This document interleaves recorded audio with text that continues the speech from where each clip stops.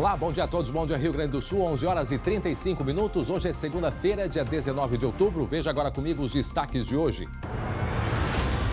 Pânico e muita tensão. O Hospital Cristo Redentor em Porto Alegre se torna palco de um tiroteio. O que os criminosos queriam por lá? Agora vai? Enquanto mais de 20 escolas particulares retornam às aulas na capital, professores municipais protestam contra esta volta. Por que tanto impasse? Dinheiro na mão. Caixa libera saque do auxílio emergencial para novo grupo do Bolsa Família. Em seguida, saiba se você tem direito. Eleições 2020. Candidatos à Prefeitura de Porto Alegre participam de entrevistas ao vivo aqui no SBT Rio Grande. Hoje é a vez do representante do Partido Republicanos, João Derli.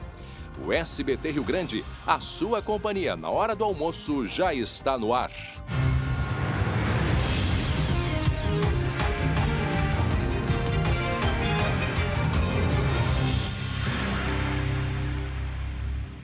Olha só essa imagem aí, um esconderijo, mais um, né? Nada comum. Droga. Adivinhe aonde que eles estavam, os criminosos, escondendo drogas? Aqui em Sapucaia do Sul, em uma tomada. Aliás, em uma não, em várias tomadas. Interruptores de luz, que nada, era esconderijo, né? Depósito de drogas que eram feitas através de teleentrega, né? Faziam toda a distribuição através de teleentrega, de moto, de carro, tá aí a quantidade de dinheiro. Operação que aconteceu agora de manhã em Sapucaia do Sul, aqui na região metropolitana. E a polícia, né, terminou com mais esta ousadia. A gente tem mostrado nos últimos tempos em diversos locais, erva mate, né? Carne, na soja, né? E agora, olha aí, ó, na erva mate, né? Essa é a criatividade dos criminosos para tentar burlar a polícia. Daqui a pouco a gente traz detalhes e informações. Olha aí, até dentro da carne, a carne assadinha aí dentro, o que é que tinha? Drogas. Daqui a pouco a gente traz detalhes e informações dessa operação que aconteceu agora há pouco aqui em Sapucaia do Sul, na região metropolitana, inclusive com a prisão de 4 pessoas. Nós vamos a um rápido intervalo, mas é muito rápido e já voltamos com muita informação para você. Até já. Muito bem, já estamos de volta com o SBT Rio Grande, 11 horas e 42 minutos, 27 graus é a temperatura neste momento aqui em Porto Alegre. Vai ser mais um dia de bastante calor. Eu tenho um recado importante para vocês. Ser previdente é planejar o futuro, é pensar no bem-estar e proteção da família, evitando surpresas de última hora. Nós entendemos que este momento ele é de atenção e de cuidado. E o propósito da Ser Previdente é cuidar das pessoas em momento de perda. Por isso, estão fazendo parte na luta contra a Covid e isenção de carência para a aquisição de novos planos Ser Previdente. Você, seguro com a experiência de mais de 55 anos do Grupo Cortel. Ligue 51 40 03 31 35. Associe-se e utilize já todos os benefícios em vida. Ser Previdente, um plano para a vida. www.serprevidente.com.br. Muito bem, 11 horas e 43 minutos, está na hora da gente falar de... Acertou? Esporte.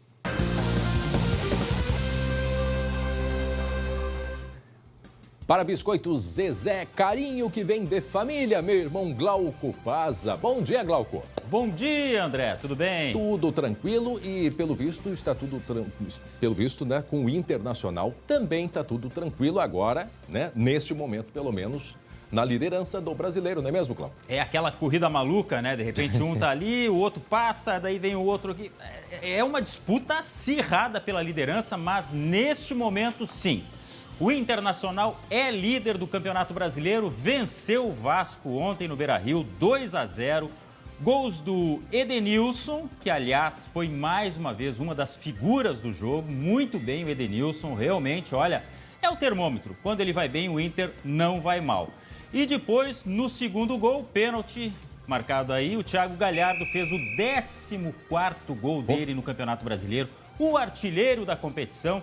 Grande fase, sem dúvida nenhuma. Inter, então, 2-0. E o Inter passou o Flamengo, também tinha vencido, e reassumiu a liderança. Bom, o Atlético Mineiro joga hoje, pode ser líder novamente. E cadê o secador? Olha aqui.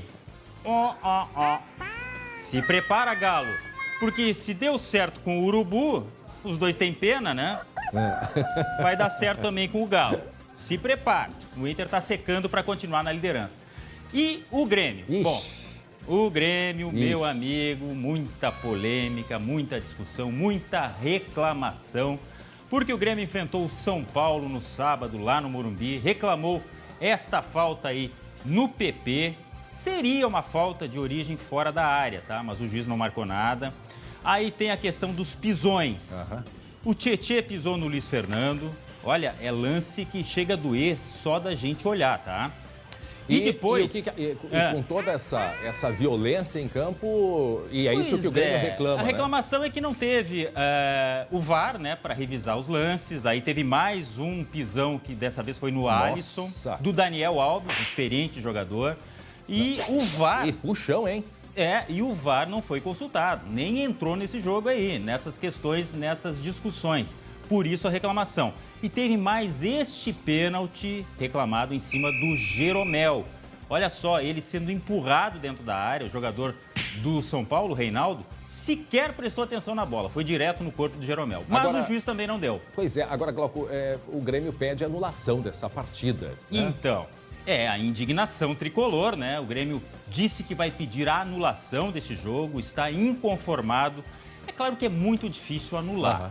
Isso não tem precedentes. A gente lembra lá de 2005, no caso do Internacional, aquele escândalo, né? Mas a realidade agora é outra, a reclamação é outra, não tem comprovação de máfia do apito, enfim.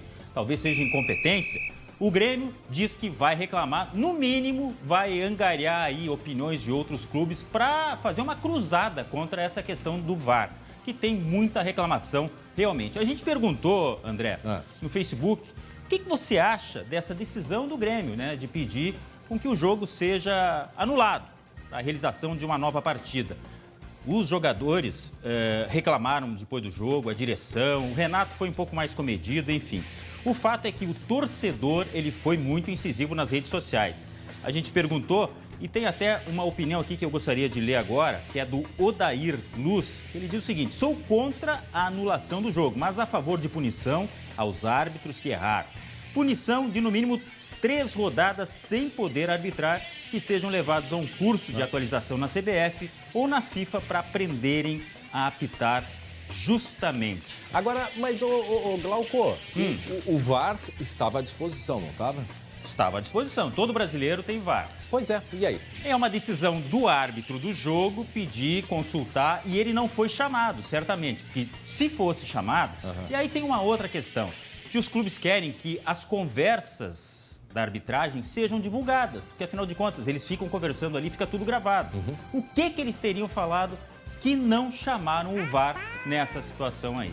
Mas olha, é pano pra manga, viu? VAR, olha, segundo o Grêmio, foi uma vergonha. Tá bom? Tá Era ótimo. o que tinha. Daqui a pouco a gente volta. Mas só um pouquinho, mas Glauco, a chance de anular, ela é muito difícil, né? Não tem. O próprio Grêmio sabe que é muito difícil, é 0,01%. Mas só para medir, né, o nível da indignação, se pede, logicamente, a posição anulação. institucional. O clube se posiciona, olha, nós não concordamos, e vai atrás de outras opiniões parecidas para reclamar do VAR junto à CBF. E a CBF, algum posicionamento? A CBF não se manifestou, lembrando que o chefe da arbitragem é o Leonardo Gaciba, né? Sim. Gaúcho Leonardo Gaciba, e que está sofrendo uma pressão danada. O São Paulo visitou ele antes desse jogo e pediu substituição no árbitro de vídeo. O Grêmio não gostou nada disso e nem pode, né? Convenhamos. Muito bem, até daqui a pouco. Então, Glauco Paz, 11h48. Olha só, gente, foi reforçado o policiamento agora de manhã no Hospital Cristo Redentor aqui em Porto Alegre. Por quê? Por que foi reforçado o policiamento? Olhem o que aconteceu em frente ao hospital, isso na sexta-feira. Um tiroteio entre criminosos ali na recepção, onde muita gente chegava e saía, pacientes chegando. E aí o que aconteceu? Aquele carro branco ali, que estaciona, na verdade era uma briga entre grupos rivais, né? O que tem por trás sempre disso tudo? Tráfico de drogas. E não é a primeira vez que acontece ali no Cristo, né? A gente já mostrou aí um tempo atrás, não lembro quanto tempo, mas talvez um ano atrás, um pouco mais. Talvez isso, que teve também um tiroteio na frente do hospital. Mas daqui a pouco a gente traz mais detalhes, está reforçado o policiamento, porque estavam em atendimento né, integrantes, tinha tido um tiroteio de tardezinha, início da noite. Aí, alguns feridos foram levados para o hospital. E o grupo rival foi lá porque queria se vingar. Daqui a pouco a gente traz outros detalhes e informações. E atenção, mais um golpe na praça. Desta vez envolvendo o Pix. Achou que eu ia falar do auxílio emergencial? Não, esse aí já, infelizmente, vários golpes, né, com auxílio emergencial. E a novidade agora é o Pix. O que é o Pix? Saiu uma pesquisa recente que pelo menos 13% das pessoas apenas sabem o que é o Pix. O Pix é um novo método de pagamentos que vai entrar em operação a partir de novembro, a partir do dia 16 de novembro. Vai ser muito simples, né, de tu pagar conta, fazer transferência bancária. Todos os dias da semana, feriado, 24 horas por dia, o dinheiro entra automaticamente na conta da outra pessoa. Só que o que vem acontecendo? Esse é o período em que você adere, você precisa se cadastrar. E é aí que os espertos estão roubando e muito dinheiro. Teve um caso que a gente vai mostrar daqui a pouco na reportagem, que não foi nem 10 nem 20 mil reais que foram desviados. Então a gente vai alertar os cuidados que as pessoas devem ter a partir do momento em que vai se cadastrar, né, no Pix. Daqui a pouco a gente traz todos os detalhes. E atenção, grande manchete do tempo. Se prepare, porque nós devemos ter um período grande de estiagem aqui no Rio Grande do Sul. E pelos próximos 6 meses, pelo menos, né? Isso é Estael Cias. Daqui a pouco a Estael Cias, nossa meteorologista, vai explicar direitinho. Nos próximos 6 meses, nós vamos ter muita dificuldade, falta de chuva aqui no Rio Grande do Sul. 11h51, atenção, olha só essa imagem aí, uma descoberta aqui na região metropolitana, porque a polícia fez uma operação de teleentrega de drogas, né? Contra a teleentrega de drogas. E aonde é que a droga estava sendo escondida, Glauco Paz?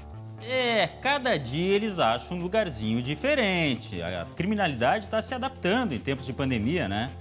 4 pessoas foram presas no local. Você está vendo aí, né? A droga escondida nos interruptores. A polícia não revelou o nome dos presos, mas um homem de 41 anos, uma mulher de 41 e também um jovem de 20 anos já tinham antecedentes por tráfico de drogas. O 4º homem preso é um jovem de 24 anos que não tinha antecedentes. O grupo que foi preso no bairro Boa Vista, André, entregava drogas na casa dos clientes com motos, carros, em algumas cidades aqui da região metropolitana. Os traficantes escondiam a droga, como você vê aí, por baixo daquele espelho que a gente chama, né? Que é a proteção de luz. A proteção do interruptor de luz, da tomada elétrica, enfim. Só que não contavam que a polícia fosse desconfiar. E por que desconfiou? Porque tinha uma parafusadeira na cozinha da casa. E os policiais olharam aquilo, desconfiaram e foram abrindo o que eles podiam abrir, inclusive os interruptores, e localizaram aí 350 porções de cocaína e mais de 6 mil reais em dinheiro. O dinheiro não estava aí nos interruptores, mas estava na casa. Tudo foi apreendido, além de um carro usado por essa organização criminosa aí, André. Para quem está chegando agora, 11h53, o Glauco está contando para a gente uma operação que aconteceu agora de manhã aqui em Sapucaia do Sul, e a droga foi encontrada aonde? Exatamente onde você está vendo, nos interruptores de luz. Diria o meu amigo Glauco Paza que era uma droga eletrizante, não é mesmo? O efeito devia ser, né? Mas assim, ó, a operação policial que foi ágil e conseguiu recuperar, olha só a quantidade de dinheiro, tudo isso escondido. O pessoal chegava, fazia o pedido, pegava ali a pistolinha, né, a parafusadeira, ela própria. Tá aqui, ó, essa aqui no cantinho, ali abria, tudo muito rápido. Os caras, olha, até foram criativos, mas a gente tem assim um histórico, né, Glauco, nos últimos tempos de locais inacreditáveis, onde eles escondiam a droga. A gente até vai mostrar aí para vocês que estão nos acompanhando. A gente já mostrou aqui em erva de chimarrão, me ajuda, Glauco, lembra? Sim, na erva bolinha. mate. Na erva mate. Churrasco. Exatamente, dentro da carne, a carne assada, que é mal passada, mas lá dentro. Olha, aí na erva mate. Tá aí a erva mate, onde tinha droga escondida. Na erva mate estava indo para um presídio, né? Aí tinha na carne, na soja, no caminhão de soja escondido embaixo. Olha aí a carne, ó. O pessoal abria ali, a polícia cortava a carne e estava ali dentro a droga escondida. Será que eles costuraram isso, hein? Como é que eles fizeram, né? Deve ter costurado. Pois é, né, André? Eu não sei. Eu fico pensando, né, como eles colocaram essa droga e fechar para que as pessoas não notassem que a carne estava... provavelmente uma costura com uma linha, né, marrom, né, costuradinho, direitinho ali. Aí teve também então teve na erva mate, teve na carne, teve em mamadeira de criança. Tem mamadeira de criança, esse aí era uma grande Isso aí era no meio do milho. Isso. Essa aí era no meio do milho, né? Uma quantidade, inclusive, eu acho que essa é uma das maiores apreensões que teve, né, pela Polícia Rodoviária Federal. Foi a maior, exatamente, o pessoal confirmando aqui no Rio Grande do Sul, essa apreensão que foi ali Lajeado. Foi em Lajeado essa apreensão, caixas e caixas, tudo debaixo do milho, né? E aí, ó, essa aí é dentro da mamadeira, né? Tá aí a mamadeira Balanço reforçada. divulgado, André, nacionalmente, nesse primeiro semestre, mais de 300 toneladas de maconha, só da Polícia Rodoviária Federal, tá? E 14 toneladas de cocaína. E tem coisa para apurar ainda. E aqui no Rio Grande do Sul também foi recorde. A gente teve, esses dados, acho que foi na semana passada, eu falei, cerca de 23 toneladas, né? 23 toneladas de drogas apreendidas só este ano aqui no Rio Grande do Sul. E atenção, porque vamos agora falar do reforço de policiais no Hospital Cristo Redentor aqui em Porto Alegre. Glauco, conta pra gente o que é que aconteceu na porta de entrada do Hospital Cristo Redentor aqui em Porto Alegre, Glauco. Olha, as imagens mostram pânico das pessoas, André. Um Fiat Uno branco, que aparece na imagem aí, trazia 3 pessoas que haviam sido baleadas num confronto entre criminosos no condomínio Nossa Senhora do Bonfim, na Vila São Borja, no bairro Sarandi. Na sequência, chega outro carro, outro Fiat Uno, porém prateado, com o pisca-alerta ligado, e começa então uma série de tiros. Deste carro saem os tiros contra os passageiros do Uno branco. Uma mulher, esposa de um dos feridos e que estava socorrendo ele, foi baleada no braço nessa ação. Segundo a polícia, tudo começou no bairro Sarandi, como eu falei antes, onde 3 criminosos desceram de um carro e dispararam com pistolas contra as vítimas. Familiares socorreram os feridos até o hospital, que é onde a gente está vendo essas imagens aí. Houve desespero e a porta de entrada da emergência, que é de vidro, foi quebrada. A gente está vendo os estilhaços de vidro. Foram quebrados, as pessoas correram para dentro do hospital, nenhum funcionário do hospital se feriu e até agora ninguém foi preso. Vamos ver o que fala a polícia a respeito desse fato aí, desse episódio. Familiares conduziram essas pessoas baleadas até que o Cristo Redentor. No descer do veículo, talvez, acreditamos que essas pessoas que atiraram lá acompanharam os familiares e aqui, ao estarem aqui na frente do Cristo, não desceram do veículo, né, e efetuaram um único disparo. E este único disparo acabou atingindo uma senhora que também estava descendo, familiar de um dos baleados. É aquela história, André. Começaram o serviço e queriam terminar, na gíria bem popular, que a gente está vendo a briga de criminosos, né? Exatamente. E colocando em risco as pessoas que estavam ali. Teve uma senhora que estava procurando atendimento junto com a filha e se deparam com toda essa situação, quer dizer, e não é a primeira vez. Eu falei um ano atrás, não, foi em 2016. O Lucas Abate está com a gente? Cadê o Lucas? Alô, Lucas Abate. O Lucas Abate está com a gente. Tudo bem? Ele acompanha todos os assuntos relacionados da área policial e pode nos ajudar, que não é a primeira vez que acontece o que aconteceu agora, né, no início, no final de semana, aí no Hospital Cristo Redentor, aqui em Porto Alegre, né, Lucas? Isso aconteceu em 2016. Na ocasião, André, 4 criminosos foram mortos em confronto com a Brigada Militar na frente do Hospital Cristo Redentor. Naquela ocasião foi um pouco diferente, não era um confronto entre facções diretamente. O que aconteceu é que a Brigada foi tentar fazer uma abordagem a alguns criminosos que estavam circulando na região da Avenida do Forte. E nessa abordagem, os criminosos atiraram contra os policiais e feriram 2 policiais que estavam dentro de uma viatura. Então eles desceram, foram até o Hospital Cristo Redentor, os policiais, na tentativa de socorrer os colegas. E quando chegaram na frente do hospital, se depararam novamente com os criminosos, houve o confronto e os 4 bandidos, 4 criminosos que antes atiraram nos policiais, foram mortos em frente ao hospital. Nessa vez também muita gente ali na frente, teve correria. Eu lembro inclusive que tinha as imagens de monitoramento, algumas pessoas, porque o Cristo é um hospital de traumas, muita gente com cadeira de rodas, com muletas, então muita gente com problemas de locomoção, Imagina. tentando fugir de toda aquela circunstância. E dessa vez, apenas os 4 criminosos foram baleados e morreram em frente ao Hospital Cristo Redentor. Só André. reforçando só essa imagem aí, foi de agora, foi sexta-feira à noite, né, o Lucas e Glauco? Foi na Isso, sexta-feira à noite que sexta-feira à aconteceu. Quer dizer, na verdade, tudo começou no final da tarde, né? Começou no final da tarde já com uma disputa entre gangues rivais, né?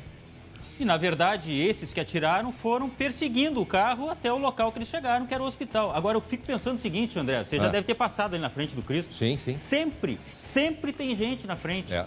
Cara, é um milagre que não tenha sido mais gente atingida pelos tiros aí, né? Porque pouca coisa não foi, né? Mas, meu Deus. O número de tiros foi bastante... eu acho que eu li, cerca de 10, é isso, Lucas? O número exato, André, até tinha uma questão que não se sabia exatamente, porque a Brigada Militar falava um disparo e algumas testemunhas falavam que tinha mais disparos. Mas aconteceu um número, não se sabe exatamente, mas um disparo de fuzil, que a gente sabe que é altamente letal, né? Pode atingir uma pessoa a mais de quilômetro de distância, faz um grande estrago no caso de uma bala perdida. Por sorte, ninguém se feriu, não só essa idosa se feriu, mas não com maior gravidade, né? Mas, por sorte, poderia ter sido uma coisa muito mais complicada, porque realmente um tiro de fuzil, quando atinge uma pessoa, olha, normalmente o resultado é muito grave. E nesse caso, teve essa senhora que foi atingida por um disparo, pelo que eu sei, de raspão no braço e felizmente não teve ferimentos mais graves. Essa senhora que acompanhava Exatamente. O grupo de... Que foi pedir ajuda, que foi buscar socorro no hospital, né? Certo. Aí chega o carro branco, eles estavam no carro branco, o Lucas? O primeiro grupo que chegou André, já tinha descido, né? O primeiro grupo já tinha descido. Aí chega e o carro branco. prata é o dos atiradores. Isso. O carro branco é o primeiro grupo que chegou para pegar atendimento e o carro prata que passou devagarinho, no detalhe a gente mostrou. E ali aparece, né? A gente vê ali, tem no detalhe bem à direita, vejam como tudo é muito rápido, né? Uma coisa incrível como acontece aqui, ó, aqui no detalhe, ó, a gente vê que dá uma correria. Aqui, ó. Está aqui um dos atiradores ali. Quer dizer, tudo muito rápido e no meio de muita gente. Para quem está chegando agora, 12:02, isso aconteceu na sexta-feira, em frente ao Hospital Cristo Redentor, aqui em Porto Alegre. Foi cedo, né? Foi por volta de 7h30 da noite, ou seja, a movimentação, ela era bastante grande, mas, como disse o Glauco ali, sempre tem movimentação e houve, portanto, esse tiroteio de um grupo rival que queria acertar as contas. Não conseguiram acertar as contas lá na vila, lá, foram tentar acertar as contas na recepção do Hospital Cristo Redentor aqui em Porto Alegre. Lembrando, não foi a primeira vez, lá em 2016 também houve tiroteio, só que mais pro outro lado da rua, né, em frente ao Hospital Cristo Redentor. Diga, Glauco. Não, a própria identificação da câmera, né, tá mostrando ali, emergência da rua Eber, enfim, é o local que tem mais movimento no Cristo Redentor, porque é justamente a emergência, onde chega muita gente todos os dias. Muito bem, daqui a pouco voltamos a conversar. Obrigado, Lucas. Até já, Glauco. Muito bem, 12:03, olha só. Onde há circulação de dinheiro, há golpe. Isso é praticamente certo.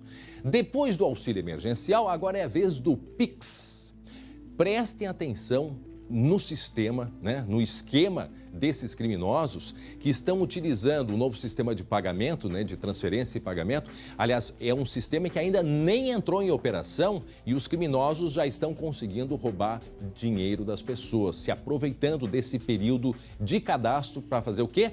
Para roubar as informações, os dados dos clientes de instituições financeiras. Então, fique atento ao que pode acontecer, preste muita atenção na reportagem que a gente vai mostrar agora. O sistema ainda está na fase de cadastro, mas o olho grande dos golpistas já está em cima. Os criminosos se aproveitam do Pix para roubar dados e dinheiro de clientes. Foi o que aconteceu com esse morador do Vale dos Sinos que prefere não se identificar. Ele perdeu quase R$30 mil ao entregar os dados aos criminosos. Eu recebi um SMS que eu supus que era do banco, que era para, se eu não me engano, atualizar o cadastro, alguma coisa. Assim, desconfiado, porque, ao contrário dos outros SMS, nesse terceiro tinha um link. Somente uma empresa de segurança para a internet identificou 30 domínios falsos para cadastro do Pix. São sites como pixempresas.com e chavepix.me, que já aparecem como inseguros em computadores com antivírus. Por isso, é importante ter sistemas de proteção, até mesmo nas máquinas de casa. O que os criminosos estão fazendo é conhecido como phishing, uma espécie de pescaria virtual já usada em outros golpes. Assuntos em evidência, como o Pix agora, são usados como isca para fisgar os usuários. Assim, os golpistas conseguem informações das vítimas, como dados bancários e cartão de crédito, por exemplo. Antigamente eles te diziam, a sua senha expirou, você tem que fazer o recadastramento. Agora, a desculpa é o cadastramento do Pix. Então, muda a desculpa, mas o conceito, capturar informações sigilosas, é o mesmo. Por isso, quem estiver fazendo o cadastro do Pix não deve clicar em links que chegam por e-mail ou mensagem de texto sem conhecer o remetente. Para se cadastrar no Pix, o usuário deve acessar diretamente o aplicativo ou o site do banco do que é cliente. E se desconfiar de algo, tentar contato na agência ou canais de atendimento oficiais. Quando a gente cai no golpe, naturalmente a gente fica envergonhado. Eu resolvi me expor para evitar que outras vítimas, talvez menos instruídas ou mais idosas do que eu, caiam no golpe. O Pix é o novo meio de pagamento instantâneo criado pelo Banco Central.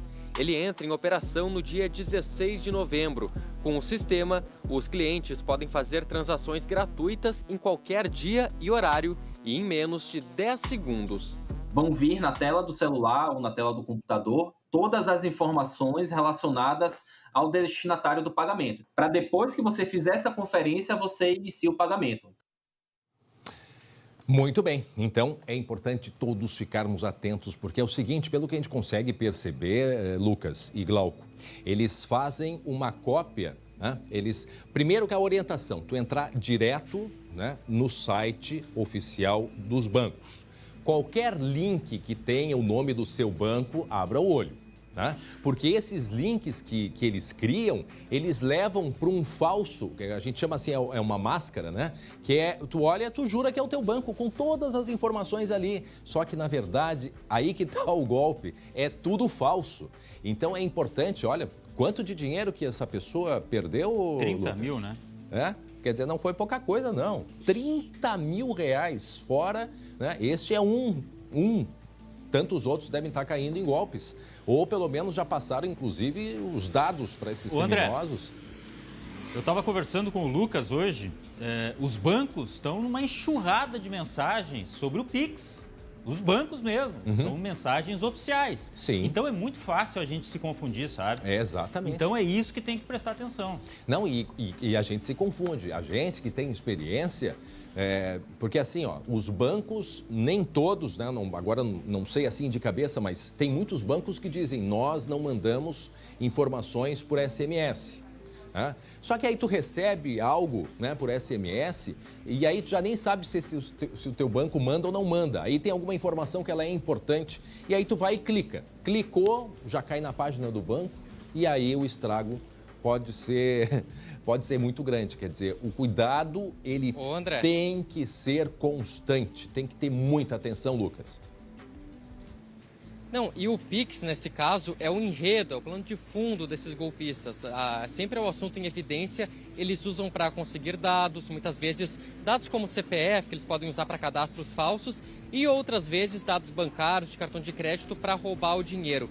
No caso dessa pessoa, dessa vítima, ele já havia feito o cadastro no banco dele, já havia feito o procedimento. Os golpistas entraram numa última fase, pediram uma verificação de dados, na verdade, pediram para... Eles já tinham o nome, o CPF, a conta bancária, pediram para ele unicamente ir até uma agência do banco, no caixa eletrônico, e habilitar um dispositivo. Então, eles conseguiram, por algum site oculto, por algum tipo de vírus, cavalo de Troia, como se chama também, roubar esses dados, e daí depois o contato com a vítima foi só assim, ó, vai na agência, confirma. Só que ele estava habilitando, na verdade, era o uso da conta dele no celular dos golpistas e foi dessa forma que os criminosos conseguiram roubar esse dinheiro. Vale lembrar, a gente nem vai especificar tanto o golpe, porque muitas vezes o enredo sempre acaba sendo um pouquinho diferente, eles alteram, mas vale essa orientação geral para todo mundo. Não clicar em link suspeito, evitar link por e-mail. Se tiver uma dúvida, faça a busca no site do banco, não faça o contrário, um link que de repente apareceu em uma rede social, apareceu no e-mail, não clica no link, vai diretamente no site do banco e faz todo o procedimento por lá. Lucas, 12:09, 27 graus a temperatura nesse momento em Porto Alegre. Nós estamos falando de um golpe, o golpe do Pix, né, que é o mais novo. O Pix é um sistema que vai entrar em operação a partir de novembro, a partir do dia 16. É para facilitar e com segurança a vida de todos nós, para fazer pagamento, para fazer transferência de dinheiro. Não vai ter problema de final de semana nem feriado. Vai ser 24 horas por dia. Muito fácil, muito simples. Só que para você poder utilizar o Pix a partir do dia 16, você precisa fazer um cadastro no seu banco. Única e exclusivamente na sua agência bancária. Se tiver mais de uma, pode ser, eu acho que pode ser até 5, né? Pelo que vocês comentaram na semana passada. Só que aí o que acontece? Tem muita gente, né? Muitos espertalhões mandando e-mail, mandando SMS, mensagem pelo WhatsApp e por aí vai, através das redes sociais. Como disse o Lucas, não é através de um meio apenas, né? Não é só através de mensagem. Eles se aproveitam das maneiras possíveis, né? Para conseguir enganar e a pessoa cair e entrar, né, na deles muito fácil. E principalmente porque eles roubam toda o desenho, toda, né, da agência bancária. Quer dizer, você acha que está de fato. O layout é igual. O layout é perfeito, perfeito. Igual. E uma vez eu acompanhei uma pessoa que clicou, né, fez o link errado, ou seja, acessou a tela dos criminosos. E aí é interessante porque assim, ó, a única informação que tu consegue clicar é a que eles querem, porque aí tu vai nas outras, não vai, né? Então aí que a pessoa começou a se dar conta de que tinha problema. E tem ali os telefones, é perfeito, é uma cópia fiel, só que é o único local que acessa, que é o local então que tu entrega de mão beijada para os criminosos todas as suas informações bancárias. E é difícil reclamar depois, porque restituir esse dinheiro, amigo... Pois é. Pode esquecer. Até daqui a pouco, então. Obrigado, Lucas. Agora, 12:02 e olha só, os candidatos à Prefeitura aqui de Porto Alegre estão participando de entrevistas com a gente ao vivo aqui no SBT Rio Grande. E hoje é a vez do representante do Partido Republicanos, o candidato João Derli. Em seguida, a gente vai conversar com ele. Portanto, como todos os candidatos, tem 10 minutos para conversar com a gente, né, explicando aí as propostas para, se for eleito prefeito de Porto Alegre. E atenção, manchete... Nós vamos enfrentar um período de estiagem, de seca aqui no Rio Grande do Sul, com temperaturas elevadas também. Então, daqui a pouco a Estael Cias vai conversar com a gente, vai explicar, porque nós acompanhamos aí no verão passado, né, a estiagem em diversas barragens aqui pelo estado, como, por exemplo, ali em Bagé, né? A situação de Bagé foi muito grave, a barragem de Santa Bárbara em Pelotas também, né? Então... aquela ali que a gente mostrou é Bagé. E é um período que favorece também as queimadas, então a gente tem que ficar bastante atento por esse período que está chegando. É por causa do Laninha, Estael? É por causa do Laninha. Então daqui a pouco acompanha aí com a gente todos os detalhes sobre a previsão do tempo para os próximos dias e este alerta de estiagem aqui no Rio Grande do Sul era só o que faltava para terminar o ano de 2020, não é verdade? 12:03. Agora, atenção ao que aconteceu em Passo Fundo, na região norte do estado. Um homem, né, responsável por um acidente de trânsito que matou 3 pessoas e deixou 9 feridos. O que é que ele fez? Fugiu do hospital da cidade. Glauco Paza. Vamos explicar essa história direitinho, André, porque é trágica, causa indignação. O acidente aconteceu ontem à noite. O condutor que fugiu estava indo para Passo Fundo quando bateu em um caminhão bitrem carregado de milho na ERS 153. O caminhão tombou e atingiu outros 3 veículos, sendo que um dos carros pegou fogo e 3 das 5 pessoas que estavam dentro morreram carbonizadas. Olha o detalhe, André. Essas vidas interrompidas de 3 jovens, Emily, Nicole e Guilherme, 17, 18 e 19 anos de idade apenas. O Instituto Estadual Ceci Leite Costa, onde eles estudam ou estudavam, decretou luto. O condutor do carro que provocou o acidente foi socorrido e encaminhado ao Hospital de Clínicas de Passo Fundo. 5 horas depois do ocorrido, a Polícia Rodoviária Estadual foi até o motorista e fez o teste do bafômetro, que não deu positivo, apesar de ter forte cheiro de bebidas dentro do carro. Horas depois, de manhã já, a Polícia Civil foi conversar com o motorista e foi informado que ele havia fugido do hospital. Isso mesmo, ele fugiu do hospital. Agora há pouco recebemos a informação de que a carga de milho que estava no caminhão está sendo saqueada, André. Mas que é isso? Mas que barbaridade. Gente, repetindo, para quem está chegando agora, um acidente que aconteceu ontem, né, Glauco, ali em Passo Fundo. E a pessoa responsável, né, por esse acidente, conta pra gente. Irresponsável, né? Pois é, acabou batendo no caminhão bitrem, ou seja, é um caminhão grande, né, que tem compartimentado, tem duas duplo, partes, né? Isso. Carregado de milho, ou seja, pesadíssimo, né? Este homem causou esse acidente que atingiu um veículo que acabou incendiando e 3 ocupantes morreram, 17, 18 e 19 anos apenas, vidas precoces e interrompidas. Aí, o condutor responsável pelo acidente foi levado para o hospital, o teste do bafômetro não deu positivo, mas aí quando a polícia foi conversar com ele, ele, fugiu do hospital, André. Quem foge, no mínimo, não quer dar alguma informação, né, André? Certamente, porque numa hora dessa, sabe, poxa, olha a tragédia que foi, olha a tragédia. A pessoa, no mínimo, né, uma pessoa consciente, responsável, tem que se colocar à disposição, né? Se colocar à disposição, o mínimo que se teria que fazer. E, infelizmente, o que a gente vê aí é a total irresponsabilidade. Até porque, Glauco, é praticamente a certeza da impunidade, né? Sempre dá um jeitinho de conseguir se escapar. A velha discussão também que a gente tem, né? Leis existem, o problema é cumprir as leis, né? É verdade. Agora, tudo isso só pode mudar, né? Pelo visto aqui no país, a partir da educação, não adianta, né? Tem que se começar. A gente já, falei esses dias, já tem visto as crianças como são responsáveis, né? Principalmente dessa questão de trânsito. Por falar em educação, hoje já retornaram as aulas aqui em Porto Alegre. Diversas escolas, né? São pelo menos 20 escolas particulares, né, retomando as aulas na capital a partir de hoje. E, enquanto isso, os professores municipais estão protestando contra este retorno. Por que tanto impasse? Daqui a pouco nós vamos conversar com o secretário da Educação aqui de Porto Alegre, para ele nos explicar como está sendo essa retomada a partir de hoje e enfrentando, né, esse momento em que os funcionários da área da educação estão aí paralisados. E a gente vai então atualizar em seguida com ele as informações sobre esta manifestação contra o retorno às aulas aqui no Rio Grande do Sul. Agora, aqui no Rio Grande do Sul também, mas aqui em Porto Alegre especificamente. Agora, Glauco, só pra gente... Cadê o Glauco? Tá em cá? Tá aqui. Opa, tudo bem? Hein, Glauco? É só fazer uma observação e depois a gente pode até discutir isso com o secretário, mas me chamou muito a atenção nesse fim de semana, muitas crianças brincando, né, em pracinhas. Agora as pracinhas estão sendo liberadas também em muitas cidades. E aí a gente fica pensando, mas por que a pracinha pode, no supermercado pode e por que não pode na sala de aula? Um questionamento que se faz. Conversei com um pai hoje de manhã que disse, olha, André, o meu filho desde o início da pandemia está em casa, está estudando em casa, a minha opção, né, é não levá-lo ainda para a escola porque ele tem se mantido dentro de casa, quer dizer, ele não está na praça, ele não está no mercado, ele não está passeando. Nesses casos é compreensível. Agora, não adianta, não, na aula não pode, muita gente, né, criançada se divertindo e brincando por aí. Testemunho próprio, André. Lembra que a gente recebeu o questionário da escola do meu filho? Sim, vai, não vai? A gente resolveu que ele vai.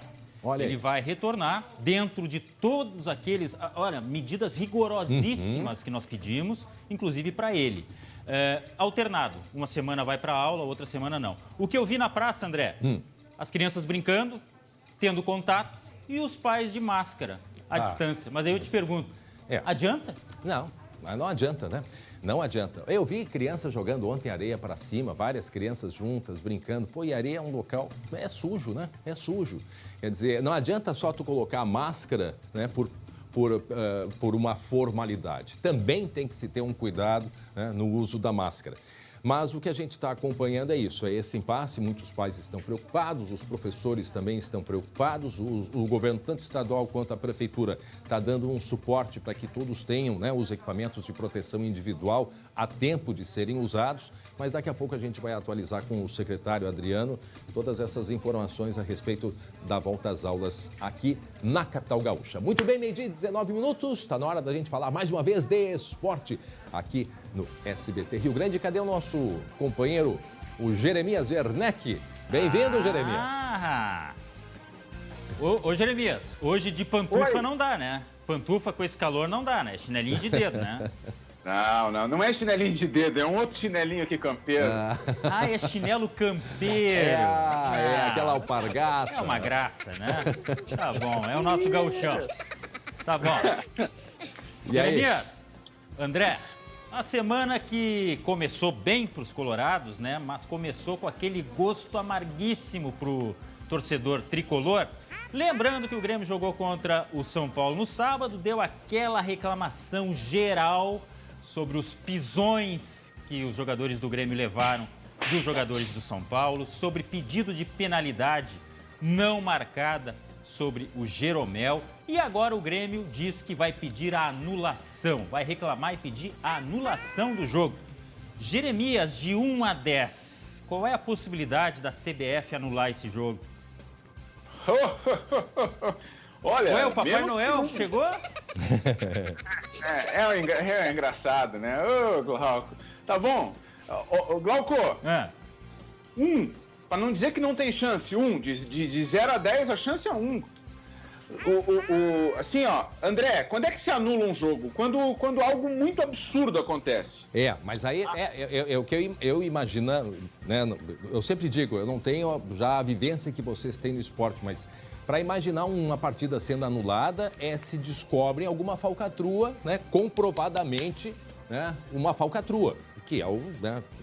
É uma das aconteceu isso. possibilidades, né? É uma delas, mas é uma das mais fortes. Só que nesse caso aí, né? É difícil comprovar alguma coisa, né? Não sei, né, Jeremias? Tô falando em tese. Nós não temos elementos hoje, André, Glauco, quem está com a gente, nós não temos elementos hoje para dizer que existe um arranjo de resultados, que a arbitragem tenha deixado de marcar os pênaltis ou de expulsar para manter o resultado. A gente não tem esses elementos. Portanto, é muito diferente daquele episódio de 2005. Aliás, lá em 2005, quando efetivamente se tinha provas de um esquema de arbitragem para apostas, ainda houve dúvida sobre a decisão de anular os jogos. Mesmo havendo um erro, uma manipulação de resultados, não era pacífica a ideia de anular os jogos. E hoje a gente não tem nenhum elemento indicando que há uma maracutaia por trás. Então, assim, o próprio Grêmio diz que a chance de anular o jogo ela é remota. Foi esse termo que eu ouvi dos dirigentes. A gente sabe que a chance é remota. E aí, Glauco, André, para você que está com a gente aqui, o que o Grêmio está fazendo? O Grêmio está tentando berrar e chamar a atenção da CBF para esse berro dele. Porque toda rodada, absolutamente toda rodada, tem reclamação de arbitragem. Aí a CBF ouve as reclamações. Agora, quando ela escuta que um clube vai pedir anulação do jogo, ela vai dizer, não, opa, tem alguma coisa ali. A indignação tá forte mesmo. Pois é. Ô, Jeremias. Rapidinho, tá, Glauco? Só que aí, quando o Grêmio vai lá e diz que quer anular o jogo, tá abrindo um precedente muito perigoso. Precedente que o São Paulo já usou. Porque agora, se o Grêmio reclamar, e o Grêmio tem o direito de reclamar, tá? O Grêmio tá no seu direito. Mas se o Grêmio reclamar e a CBF ouvir, a lei vai ser assim, ó. Se não chora, não mama. É verdade. Esse é o problema. Bom, é um protesto também, né? Como o Jeremias falou, reclamar é um direito e foi uma reclamação forte. Veja aí o que falaram, ou o que falou o dirigente do Grêmio, Paulo Luz. Nós merecíamos a vitória e o que houve aqui hoje, Jéssica, foi um assalto. Assalto. Assalto. Assalto. O Luiz Fernando sofreu uma falta de expulsão vergonhosa do Daniel Alves.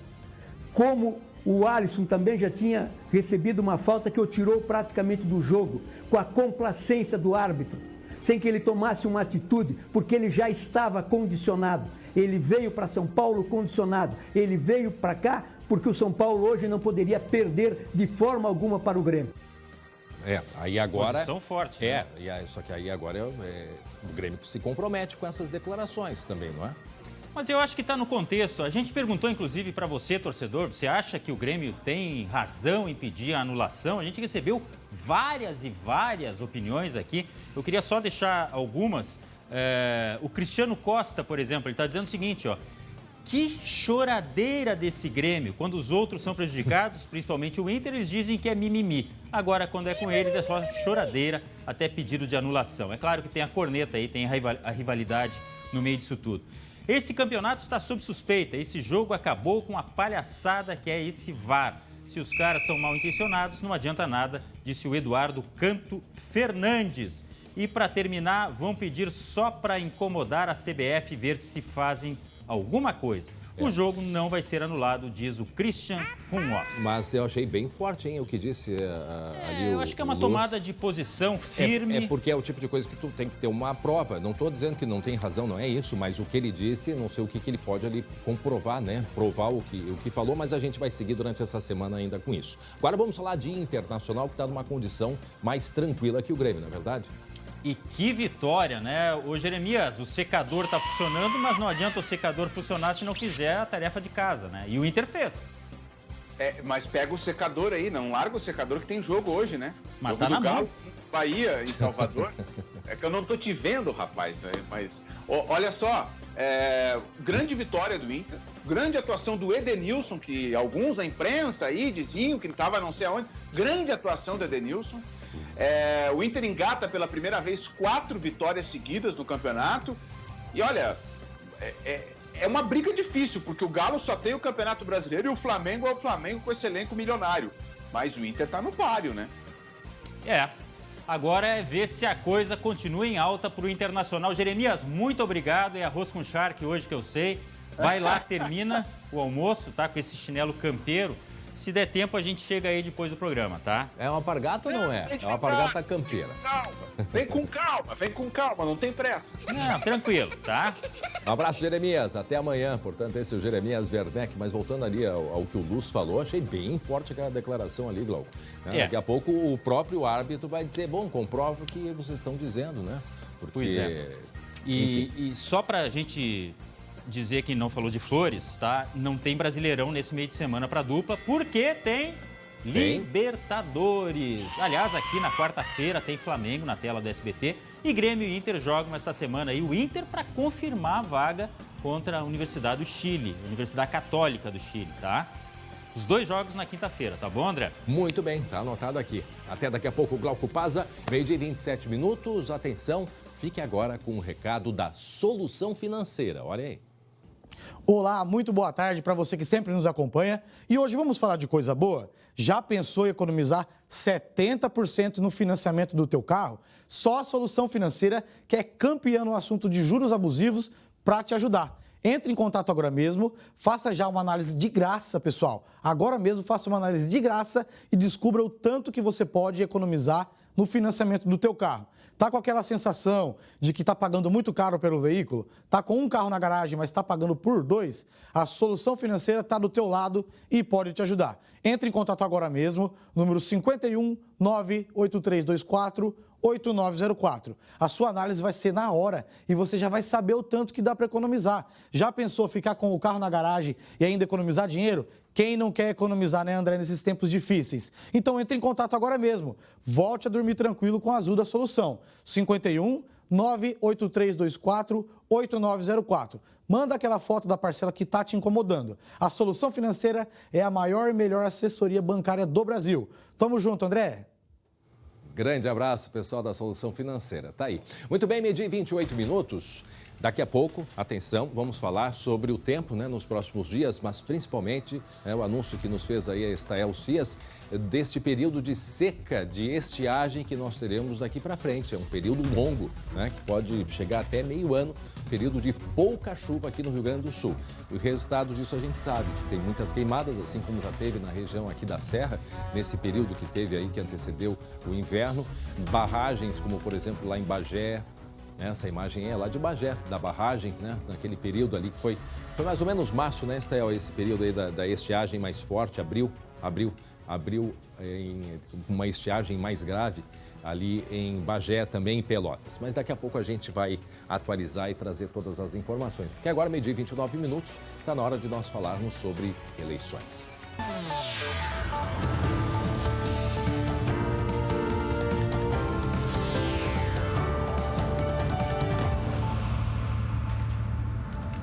Eleições 2020, o SBT Rio Grande está realizando uma série de entrevistas com todos os candidatos à prefeitura aqui de Porto Alegre.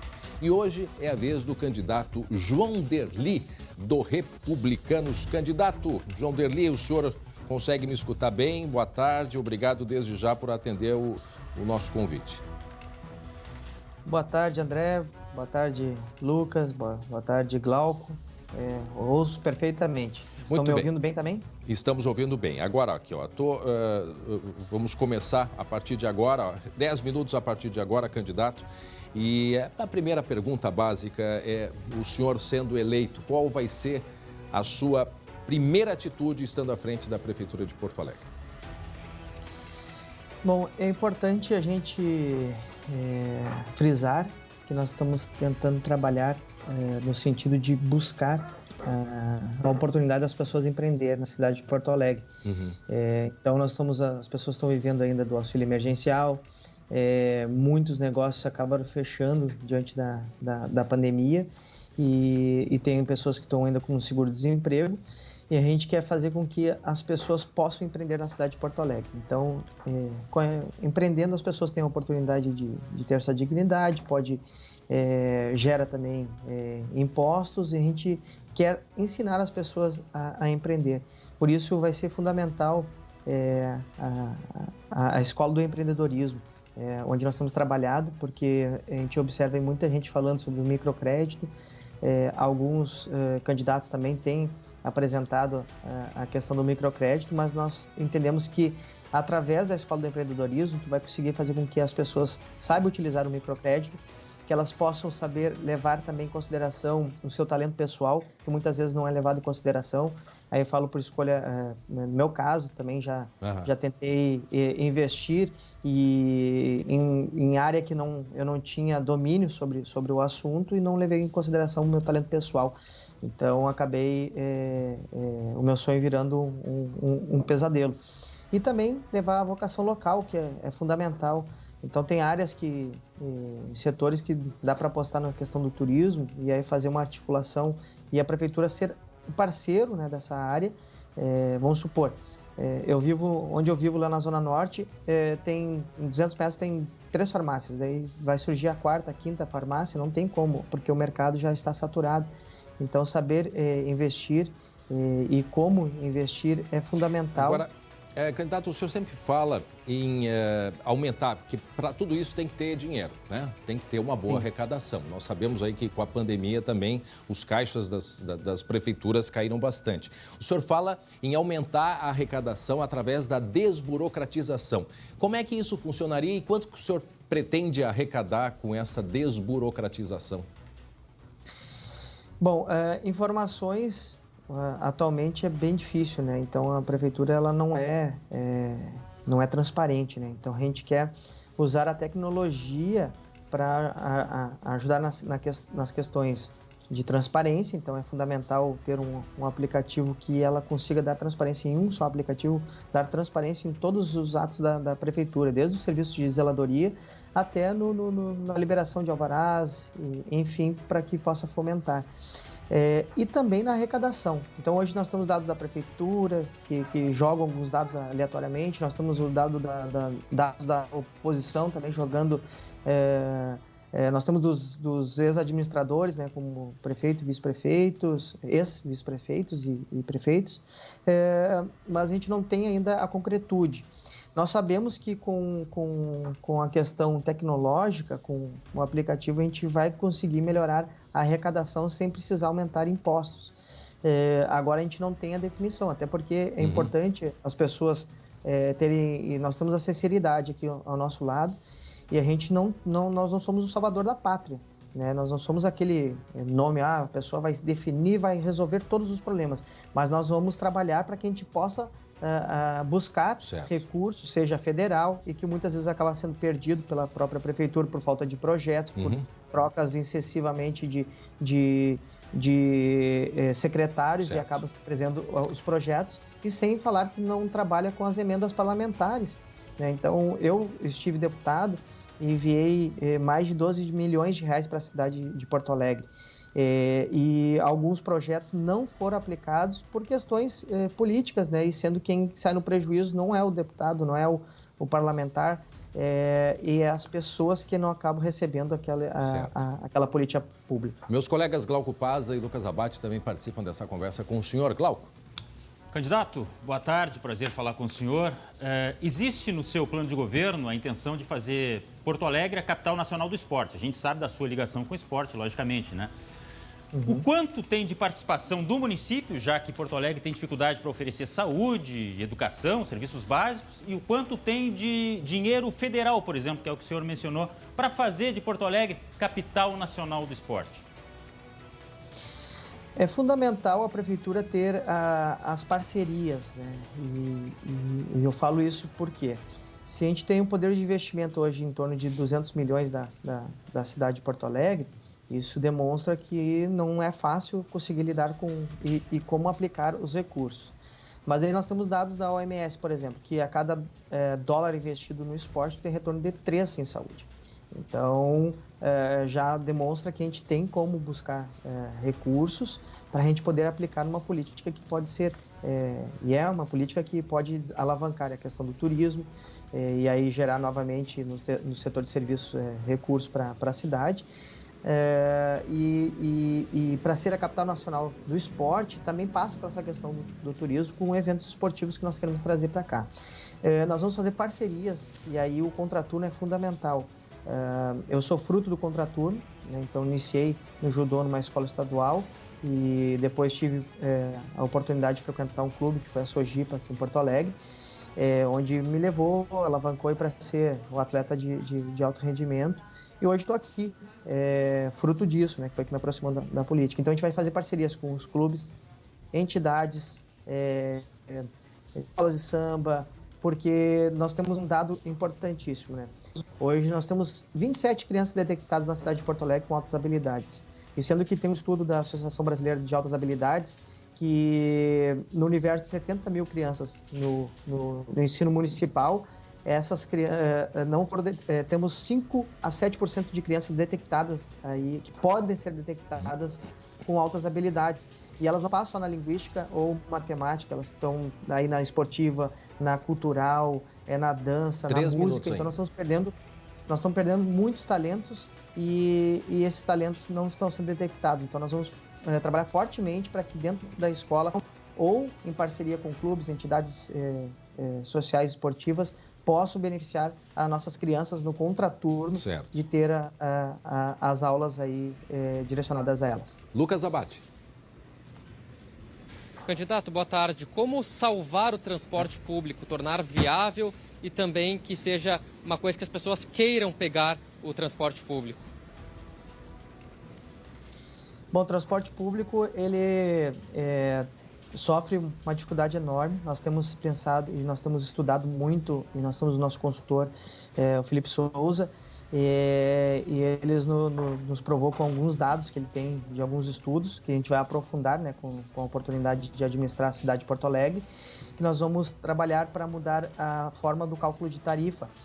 Hoje o cálculo está baseado no custeio da passagem e com isso ônibus antigos acaba tendo reposição de peças, então acaba encarecendo mais a passagem e premiando a ineficiência.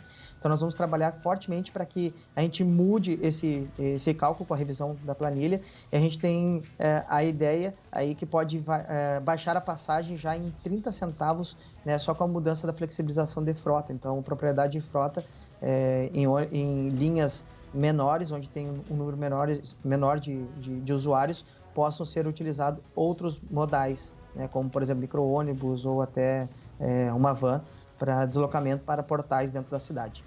O senhor tem ainda 1 minuto e 15. Rapidamente, eu vi o Lucas aí em frente ao Palácio da Polícia. O senhor tem um projeto da questão da segurança dentro das escolas.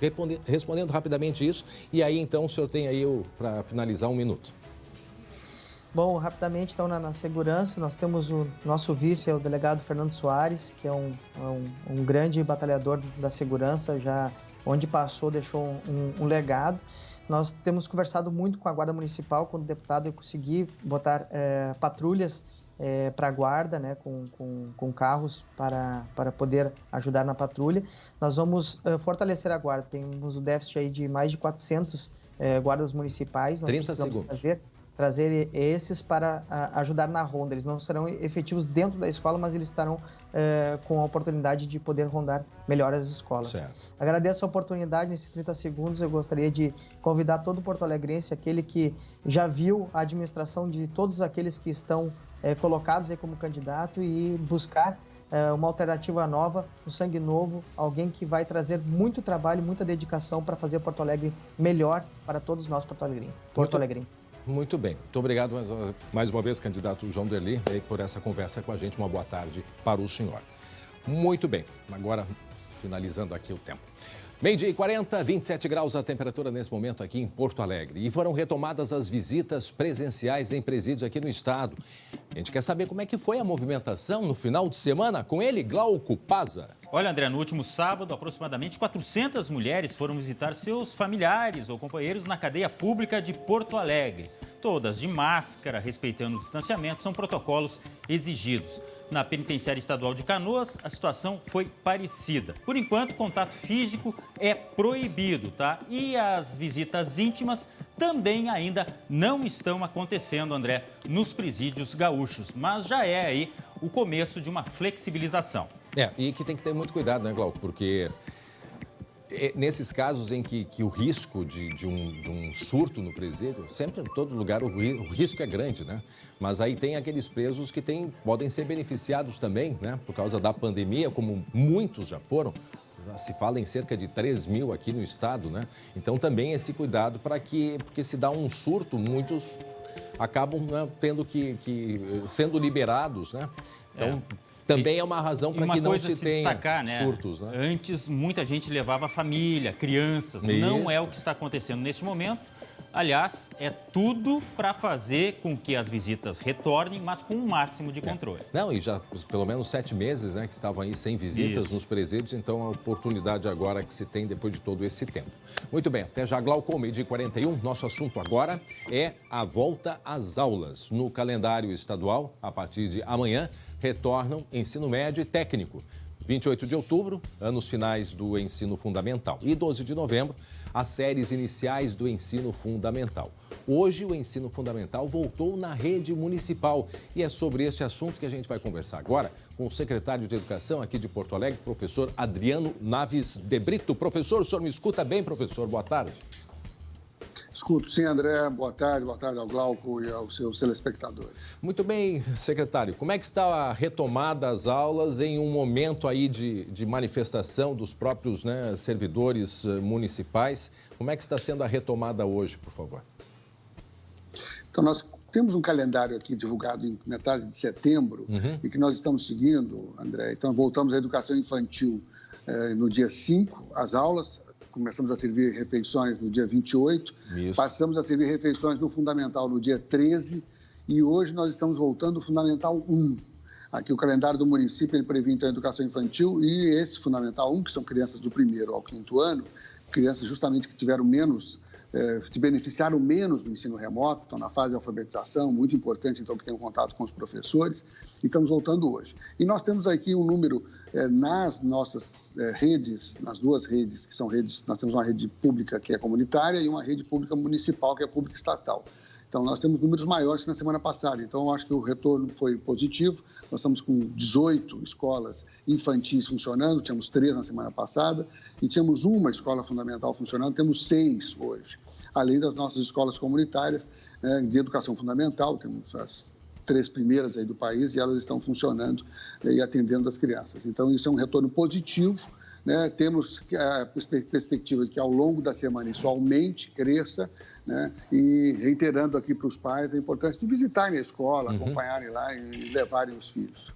Muito bem, a gente está conversando com o secretário de Educação aqui da capital gaúcha, professor Adriano.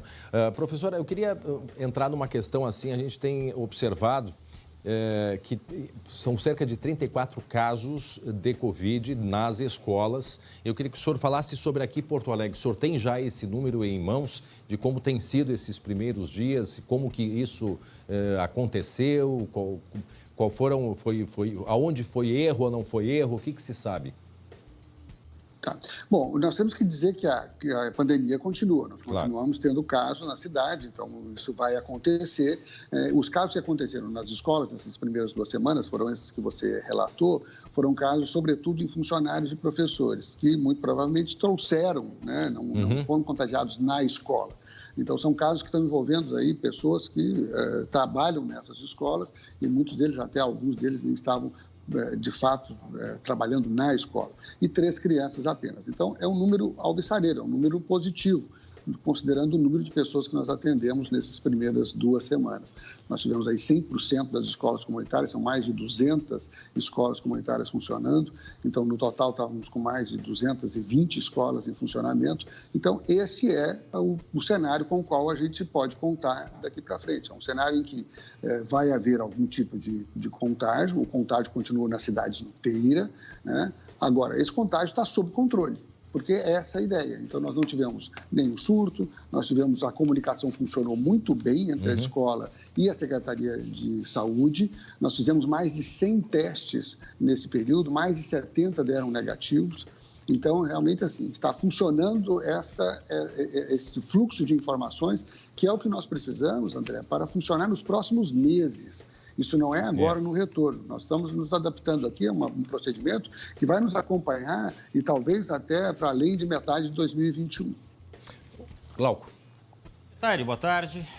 Eu queria saber do senhor a respeito de movimentos, enfim, né, das classes de professores, funcionários, que não querem, logicamente, a volta das aulas, mas existe, na sua opinião, uma má vontade, a questão de greve, de paralisação, existe medo, existe motivo para não voltar enquanto não haja uma vacina? Porque me parece que isso não tem como prever, né?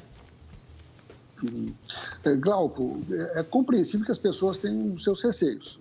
Nós que estamos trabalhando, a Secretaria de Educação não fechou em nenhum momento, é um serviço público, tem que realmente atender a população da melhor maneira possível. Vários outros profissionais de saúde, todo mundo está trabalhando, é uma situação de excepcionalidade, então é compreensível que as pessoas tenham medo. Mas eu não acho compreensível que a corporação chame um movimento de paralisação nesse momento. Nós estamos há 7 meses parados. Então, trazer isso, né, e com uma argumentação sanitária que é descabido, porque a autoridade sanitária é que nos fez parar as aulas, que é a Secretaria Municipal de Saúde e o prefeito.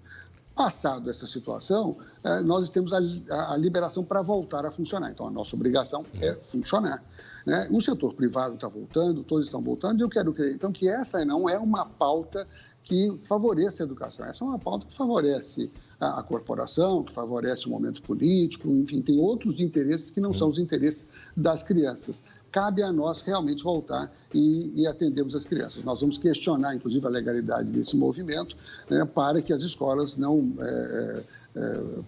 que elas possam realmente voltar e atender a determinação da Secretaria, que é retomar o Fundamental 1, a educação infantil, que já foi determinado, e o Fundamental 1 a partir de hoje. E essa manifestação chega a prejudicar o retorno às aulas, secretário?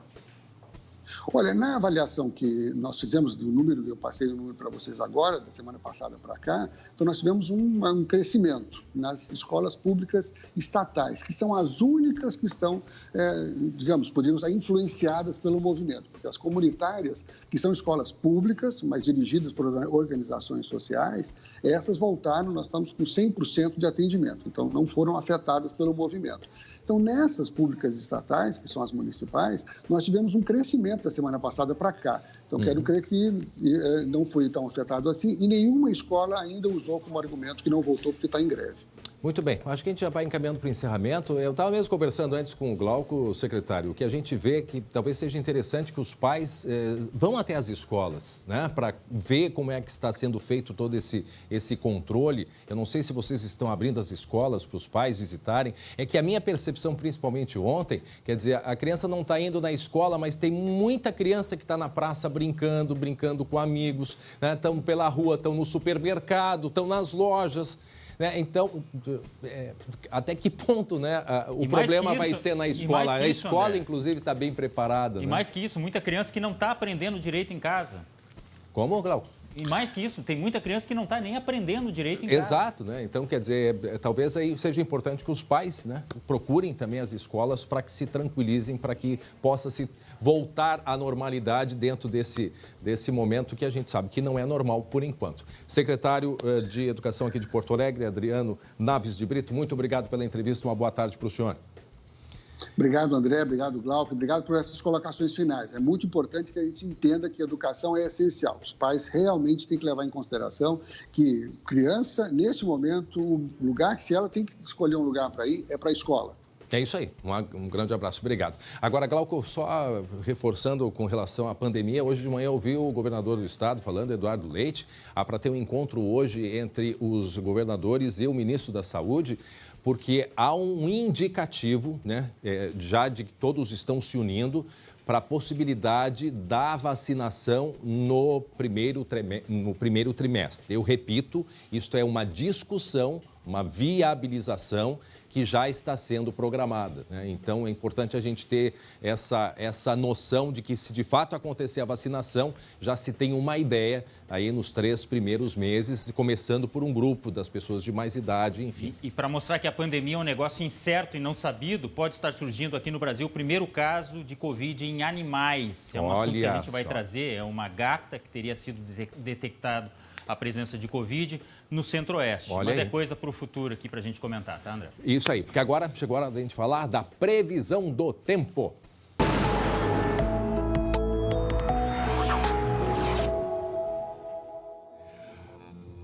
Com ela, Estael Cias. Tudo bom, Estael? A gente encerra o ano de 2020 com esta notícia que a Metsul traz para a gente de uma estiagem, ou seja, a falta de chuva aqui no Rio Grande do Sul. Sim, mas antes a gente vai mostrar uma imagem curiosa de ontem à noite. Eu quero ver. A gente viu muitos relatos e as pessoas curiosas com a passagem do projeto Starlink, que é uma constelação de satélites, não é um fenômeno meteorológico. Trata-se de um projeto da SpaceX, não sei se está mostrando a imagem, foi registrada lá em Torres. É um projeto de lançamento de uma rede global de internet via satélite. E esse projeto está lançando satélites para o espaço. Já tem cerca de 800, a projeção de 12 mil satélites que vão auxiliar justamente no acesso à internet rápida via satélite em qualquer lugar do planeta. E se você não viu e tem curiosidade de ver a passagem dessa constelação de satélites, hoje, André, vai acontecer às 19 horas. Para aí a imagem. Essa faixa é uma constelação de satélites, parece até uma estrela cadente. A minha filha viu ontem e falou, é uma estrela cadente, mas não é. Gente, é uma faixa de satélites que a gente consegue visualizar no céu, em dias de céu claro, obviamente. Né? Então, hoje eu baixei um aplicativo que você pode verificar, colocando a sua localização, é possível saber o horário exatamente que vai cruzar o céu na sua região. Então procura aí na internet esse aplicativo. Eu baixei agora e vi que em Porto Alegre, hoje às 19 horas e 7 minutos, nós teremos céu claro, vai ser possível ver essa passagem dessa constelação de satélites, desse projeto ambicioso aí de internet rápida. Para quem está olhando a tela e não está sabendo onde é que está, a gente mostra aí, ó. Vamos mostrar aqui, ó. Para aí a imagem aqui, ó. Tá bem aqui assim no meio, ó. A gente vê que é um satélite grudado no outro aqui. Exato. Esse é o reflexo do Sol no satélite que dá essa luminosidade aí que parece até uma faixa de estrelas. Agora é um espetáculo muito bacana. Eu tive a sorte de já ver 2 vezes, acredita? 2 vezes. Então marca no teu relógio hoje, 19 horas e 7 minutos. Eu estarei olhando.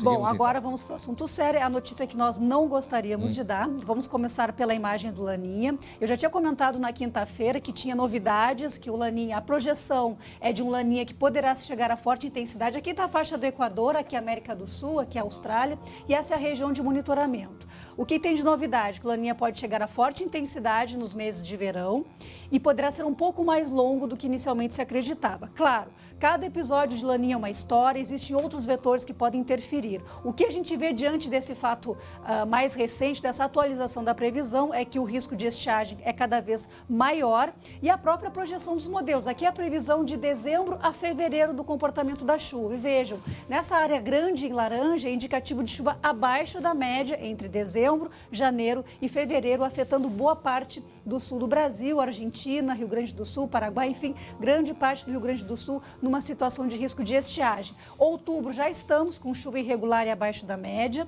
e a partir de novembro e pelo menos até o mês de março, praticamente todos os meses irão continuar com essa condição. Aqui imagens dos efeitos da estiagem, das queimadas lá na serra, na estiagem passada e infelizmente é um cenário que se vislumbra acontecer de novo. Claro, eventos isolados de temporais, de chuva forte até excessiva podem acontecer independente de Laninha ou de El Ninho, até porque nós teremos calor daqui para frente, muitas vezes uma instabilidade pode vir a trazer chuva mais pesada.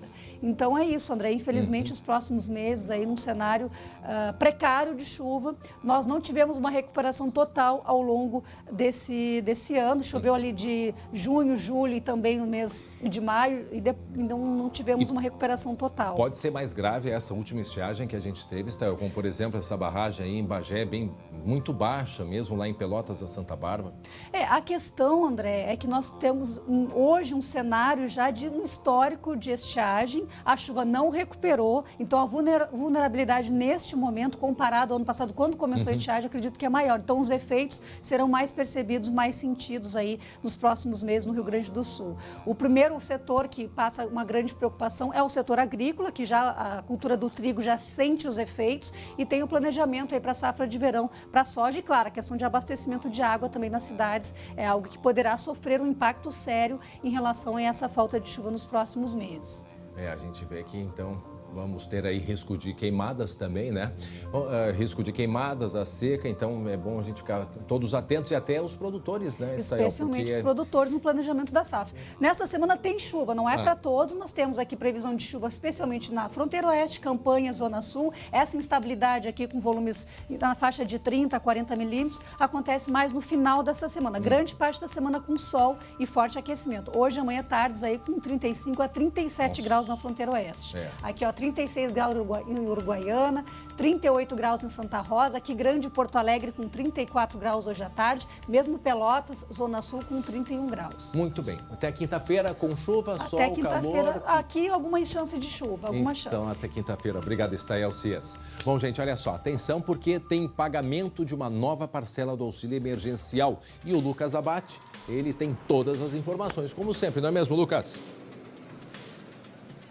Pois é, André. Agora a vez dos beneficiários do Bolsa Família vão começar a receber agora mais uma parcela, a 7ª parcela do auxílio emergencial, aquela no valor de R$ 300. Já começa hoje o pagamento para os beneficiários com o NIS, o número de identificação social terminado em 1, e aí diariamente mais um grupo, mais uma categoria vai recebendo num calendário que se estende até o dia 30 de outubro, finalizando no NIS terminado em 0.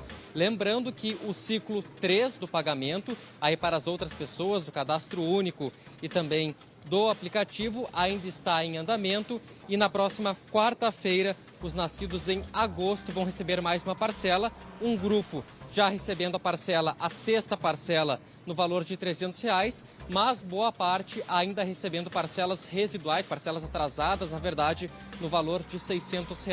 André, um alerta importante, faz tempo que a gente não fala por aqui, o valor que ficar por mais de 90 dias na conta do aplicativo Caixa Tem pode voltar para o Tesouro da União. No caso, a parcela apenas que ficou represada, que ficou na conta, retorna e não impede o recebimento de outras parcelas. Então, fica o alerta, se tem alguém ainda que está acumulando, juntando esse dinheiro no aplicativo Caixa Tem, repassa para outra conta, faz o saque, porque depois de 90 dias o dinheiro retorna. Isso, muita gente, inclusive de sexta-feira, uma senhora me perguntou que a mãe dela não tinha sacado nem a primeira e nem a segunda parcela, né? E eu acho que já passou o período e aí esse dinheiro voltou. Quer dizer, não tem chance de tu recuperar então, Lucas?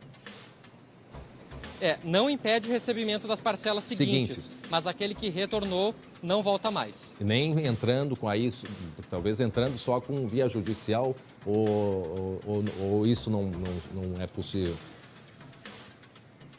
Pode ser um meio judicial, mas por regra, pelo sistema, 90 dias depois que esse dinheiro entrou na conta, ele retorna para o Tesouro e daí não tem mais como buscar. Muito bem, então fica aqui com a gente o Glauco também, porque a gente vai encerrar o SBT Rio Grande de hoje, tá? A gente vai encerrar com uma bonita homenagem ao Dia do Médico, que foi ontem, né? Foi comemorado nesse domingo.